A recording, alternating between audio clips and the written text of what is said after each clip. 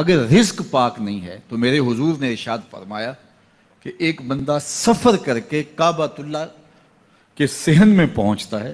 اور کعبے کے پردوں کو تھام رہا ہے وَيَمُدُّ يَدَيْهِ اور لمبے لمبے ہاتھ کر کے کہتا ہے اے اللہ، لیکن اس کا کھانا حرام ہے، اس کا پینا حرام ہے، اس کا لباس حرام ہے، وہ غزیہ بالحرام، اس کو غذا حرام سے دی گئی ہے۔ میرے حضور نے فرمایا اس کی کوئی دعا قبول نہیں ہوگی۔ سفر کیا، جنگل پہاڑ کاٹے، سمندروں کو پاٹ کر کے آگے گیا، ہواؤں کے کلیجے چیر کے آگے بڑھا، مہینوں کی مسافتیں طے کر کے گیا اور کعبۃ اللہ کے سامنے کھڑا ہے، سین حرم میں مطاف میں کھڑا ہے، لیکن اس کا جسم حرام سے پلا ہے، اس نے جو پہنا ہے اس لباس کا تانا یا بانا حرام کا ہے، اس کو غذا حرام کی دی گئی ہے، اس نے پیا حرام کا ہے، اس نے کھایا حرام کا ہے، تو پھر اس کا یہ سارا سفر رائے گاں چلا جائے گا، اس کو کچھ نصیب نہیں ہوگا۔ تو سب سے پہلی شرط اس عنوان سے عقل حلال ہے، اس کے بعد پھر صدق مقال ہے کہ آپ کی زبان جھوٹ نہ بولے۔ جب کوئی شخص جھوٹ بولتا ہے، روحانیات تو دور کی بات ہے، اللہ کے فرشتے اس سے 1 میل دور ہٹ جاتے ہیں۔ جب کوئی شخص جھوٹ بولتا ہے تو حدیث پاک میں آتا ہے اس کے منہ سے ایک خاص قسم کی بدبو نکلتی ہے، اس بدبو کو ہم نہیں سونگھ پاتے لیکن فرشتے سونگھ لیتے ہیں، چونکہ فرشتے انتہائی حساس مخلوق ہے،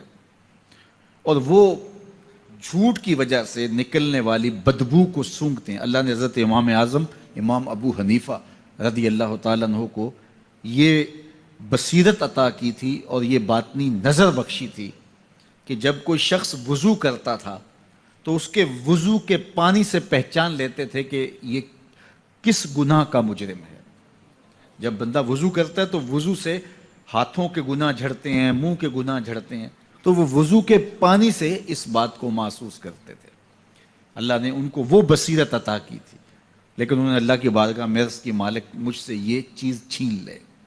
یہ چیز مجھے نہیں چاہیے۔ لوگوں کے بارے میں جو ہے وہ ایسا گمان پھر پیدا ہوتا ہے۔ تو فرشتوں کو اللہ نے وہ حساس جو ہے وہ پاکیزہ وجود دیا، اور ان کی حس ایسی ہے کہ وہ بدبو جو انسان بولتا ہے اور لفظوں سے جو اثرات نکلتے ہیں وہ محسوس کرتے ہیں۔ تو جب کوئی شخص جھوٹ بولتا ہے تو اس کے جسم سے، اس کی زبان سے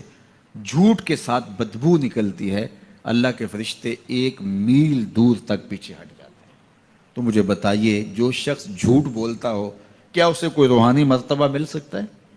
یہ سوچا بھی نہیں جا سکتا، یہ امکانات سے ہی نہیں ہے۔ اللہ کے محبوب علیہ السلام سے پوچھا گیا کہ حضور کوئی مسلمان، کوئی مومن کیا بزدل ہو سکتا ہے؟ فرمایا نہیں، وہ بہادر ہوتا ہے، لیکن ہو سکتا ہے کبھی اس سے بزدلی بھی سرزد ہو جائے، انسانی کمزوری ہے، کبھی انسان بہت طاقت میں ہوتا ہے اور کبھی انسان کمزور بھی پڑ جاتا ہے، فرمایا ہو سکتا ہے کبھی اس سے ہو بھی جائے۔ پھر پوچھا کہ بخل کر سکتا ہے؟ فرمایا نہیں، مومن سخی ہوتا ہے لیکن ہو سکتا ہے کبھی اس سے بخل بھی ہو جائے، کبھی کبھی دولت اسے اچھی بھی لگنے لگ جاتی ہے، جس طرح فرمایا گیا کہ اولاد مبخلتن مجبنتن، یہ جو اولاد ہوتی ہے یہ بندے کو بخیل بھی بنا دیتی ہے اور بزدل بھی بنا دیتی ہے۔ جب اولاد نہیں ہوتی تو بندہ سخی بھی ہوتا ہے اور بندہ جو ہے وہ مشکل حالات میں بھی کود جاتا ہے، لیکن جب اولاد ہوتی ہے تو پھر مشکل حالات میں کودنے سے پہلے سوچتا ہے میرے بچے ہیں یتیم ہو جائیں گے، اس کو یہ خیال آتا ہے، پہلے ایسے مال لٹاتا ہے لیکن اولاد ہو جائے تو پھر وہ اولاد کا سوچتا ہے کہ ان کے لیے کچھ میں جمع کر لوں۔ تو اولاد فرمایا میرے حضور نے کہ مبخلہ و مجبنہ، یہ بخیل بھی کر دیتی ہے اور یہ کمزور اور بزدل بھی بنا دیتی ہے۔ تو مومن ہوتا بہادر ہے لیکن ہو سکتا ہے کبھی اس سے بزدلی بھی ہو جائے، مومن سخی ہوتا ہے لیکن کبھی ہو سکتا ہے اس سے بخل بھی ہو جائے۔ لیکن تیسرا سوال حضور سے پوچھا گیا کہ مومن جھوٹا ہو سکتا ہے؟ تو اس پہ 2 ٹوک کہا، نہیں جھوٹا نہیں ہو سکتا، یہ نہیں ہو سکتا کہ مومن ہو اور جھوٹا ہو، وہ سچ بولنے والا ہوگا۔ تو عقل حلال اور صدق مقال، یہ 2 خوبیاں جو ہیں یہ اہل اللہ کا ترائے امتیاز ہے، اور یہ مجھے اور آپ کو اختیار کرنی چاہیے۔ حضرت خلیل